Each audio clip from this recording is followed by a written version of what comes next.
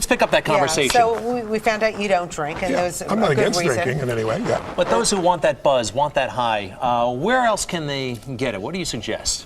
Well, we were just saying that, both my parents were alcoholics, so it's not like I'm against drinking. It's just the way they behaved at that point was kind of abusive, and was very abusive, and so I didn't want to be part of that.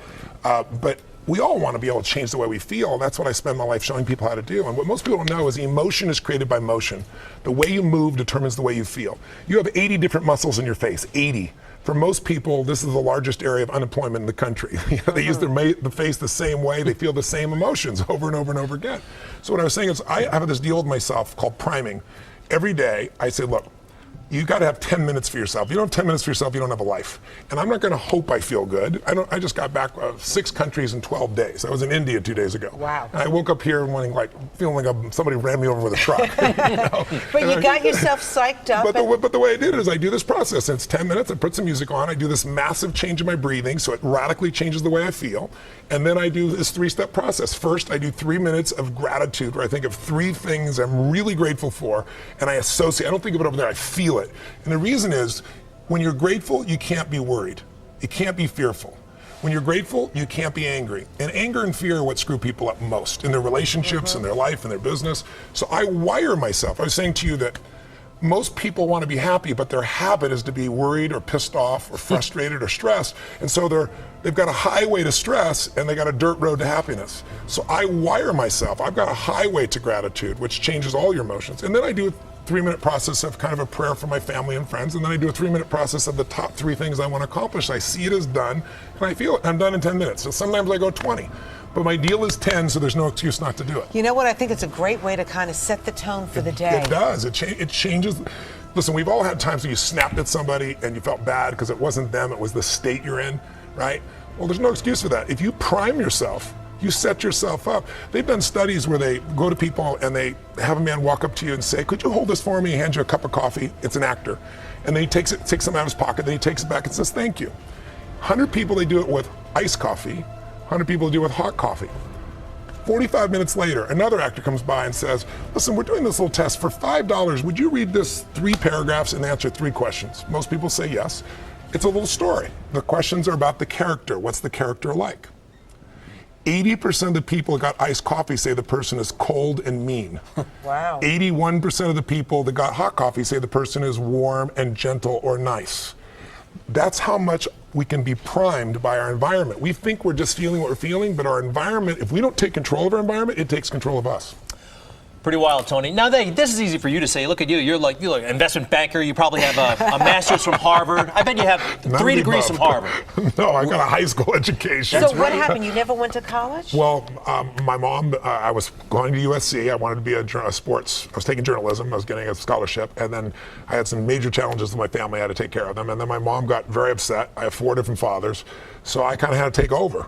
And so I went and started my first business at 17, and I started from there. It was working for a man named Jim Rohn, and then I started off and became a seminar broker. I actually filled other people's seminar events. And then I got better than the people I was promoting, and after a while, I decided, heck, I should do my own. And then I began to just expand and do work. And when I started turning around athletes and Olympic athletes, and then I got to Nelson Mandela and Mother Teresa, wow. and then I got to President Clinton, and it just grew. What was Mother Teresa doing wrong before she met you? If anything, I mean, come on. Did she ever have a day where she felt like she got off on the wrong side of the bed? No, you know what happened? She was in San Diego, and I don't know if you remember years ago, she got very ill, and they rushed her to the hospital.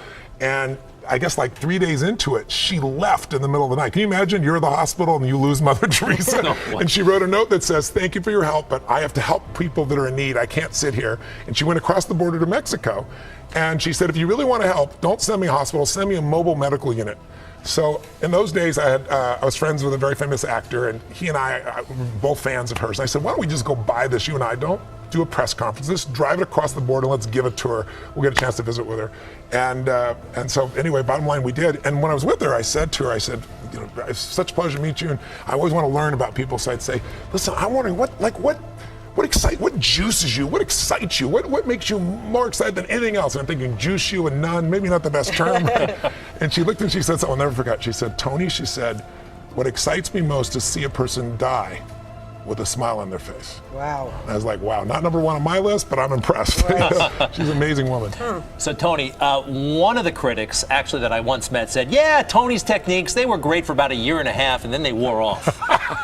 What do you say to that, folks? It's real simple. If you don't work out, you don't get a muscle, right? So I always tell people there's a daily practice like priming. If you don't do that, if you get up and you just have no discipline whatsoever, you get no value of anything. Diets don't work when you don't do them. Exercise doesn't work when you don't do them. But most of the people have some experiences that they want to shift. And once you shift those things, your whole life changes. But life is constant growth. My life isn't here because I went to one seminar one time and now my life is fit for life. I work out, I train my mind, I train my body. It becomes a lifestyle. It's not just like you're depending upon somebody else. I'm not here to become somebody's guru. I'm not here to give them a gift. I'm here for them to open up their own gifts. And that's really what my work has been. So, okay, I know you're priming yourself every day. Does it, every now and then, do you get hit by depression? Are you upset, anxious? I get frustrated, I get angry, I get all those things. I just don't stay there. I mean, I used to be there for a month or two. I used to live in depression. I was 38 pounds heavier than I am now. I lost everything. I moved into a little 400 square foot bachelor apartment in Venice, California, feeling sorry for myself. But I got so near the end where you think life has no meaning, it scared the hell out of me, and I developed tools, and I've never gone back there. I mean, have I gotten pissed or angry? Of course. People still think, you're not happy all the time, are you? No, I'm not happy all the time. But I'm happy the vast majority of the time because I'm doing what I love, with who I love, and there's a meaning in what I do. And when you have those three things, life is pretty magnificent. One thing I was very surprised to hear, and I thought it was delightful, but you had a lot to say about nutrition at the seminar that I attended. Yes. And a lot of folks don't associate that with you. Yes. What do you eat? Well, I'm no longer a vegan. I was a vegan for about 15, 18 years. So I eat fish and I eat vegetables, but I'm a boring diet. Now my wife, when I first met her, she liked wheatgrass, and she was a phlebotomist, a nutritionist, and I thought this is going to be the greatest thing in the world. I went to lunch with her, and afterwards we had this great clean meal, and she had a hot fudge sundae. I said, what the hell are you doing? She was living, you jerk. So she loosened me up. She has this zigzag. We zig, and then she zags and has that. And so I'm a much more balanced than I was. But I'm still, I'm stronger than I've been when I can lift at 55 years old than when I was 27, right? I can run faster, I feel stronger. There are limits to what you can do as you age, but thus far I haven't hit that limit yet. My event, as you know, I go on stage, I do 18 to 20 miles on the first day, and I do 26 miles. I'm on from 8 in the morning to 1 a.m. with a 1 hour break, and people can vote with their feet. Oprah says to me, Tony, she's, I love you, but I can't sit anywhere for 2 hours. And then she's standing on a couch at the end on camera going, this is one of the greatest experiences in my life. Usher, same thing. He goes, Tony, I can't go anywhere for a day. And 4 days later, it's like, this is incredible. What do you do? You have people doing calisthenics in your show? Or? No, what it is I don't have people sitting still, right? It's like, remember I said emotion comes from motion? And also, a minute feels like an eternity when you don't like what you're doing. Right. When all your needs are fulfilled, time flies. So I get time to disappear for people so they can transform.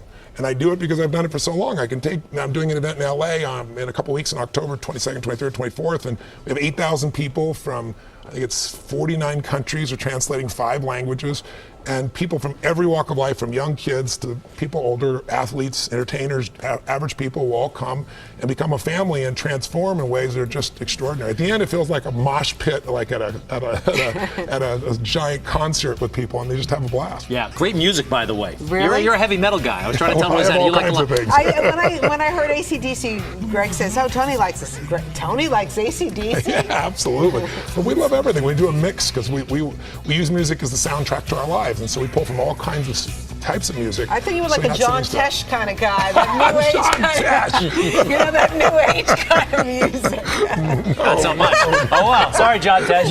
No disrespect, John. All right, Tony Robbins. Once again, TonyRobbins.com. People can go there. And also America's Best 401k. Yeah, or they can go to showmethefees.com.